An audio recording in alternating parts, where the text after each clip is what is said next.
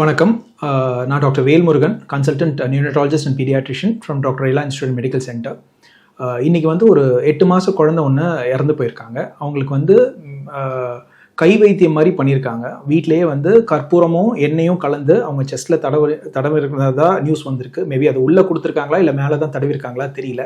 அதுக்கப்புறம் குழந்தைக்கு தொந்தரவு ஆனதுனால குழந்தைய ஹாஸ்பிட்டல் எடுத்துகிட்டு போயிருக்காங்க. பட் அதுக்கப்புறம் காப்பாற்ற முடியாமல் அந்த குழந்தைய தவறி போயிருக்காங்க.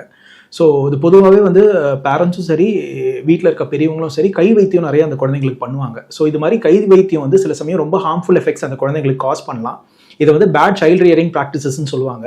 இது இன்ஃபேக்ட் கொஞ்சம் ஏர்லியாகவே கூட ஸ்டார்ட் பண்ணிடுவாங்க. ஸோ மெயினாக இந்த நாட்டு மருந்து கொடுக்குறத, அந்த பசும்பு, ஜாதிக்கா, மல்லிக்கான்னு சொல்லுவாங்க. அப்புறம் நிறைய மருந்து அரைச்சி ஊற்றுவாங்க.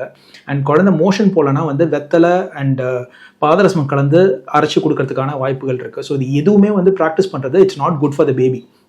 ஸோ இது ப்ரையர் ஜென்ரேஷன்ஸ் கொடுத்துருப்பாங்க. மேபி ட்ரை பண்ணி தொந்தரவு இல்லாமல் இருந்திருக்கலாம். பட் ப்ரெசன்ட் ஜென்ரேஷனில் இருக்க பேபிஸுக்கு இது கொடுக்கறதுனால நிறைய ஹார்ம்ஃபுல் சைட் எஃபெக்ட்ஸ் வருது. ஸோ அந்த குழந்தை வயிறு உப்புசம் ஆகிறது, மோஷன் போக முடியாமல் இருக்கிறது, சரியாக பால் எடுத்துக்க முடியாமல் இருக்கிறது, குழந்தை ரொம்ப டல்லாக இருக்கிறது, அண்ட் இன்ஃபெக்ஷன் ரேட்ஸ் இதனால் அதிகமாகுது. குழந்தைக்கு நிறைய இதனால் தொந்தரவு வரக்கூடிய பாசிபிலிட்டிஸ் இருக்குது. அண்ட் கண்டிப்பாக இதை குழந்தை வாய் வழியாக கண்டிப்பாக கொடுக்கக்கூடாது.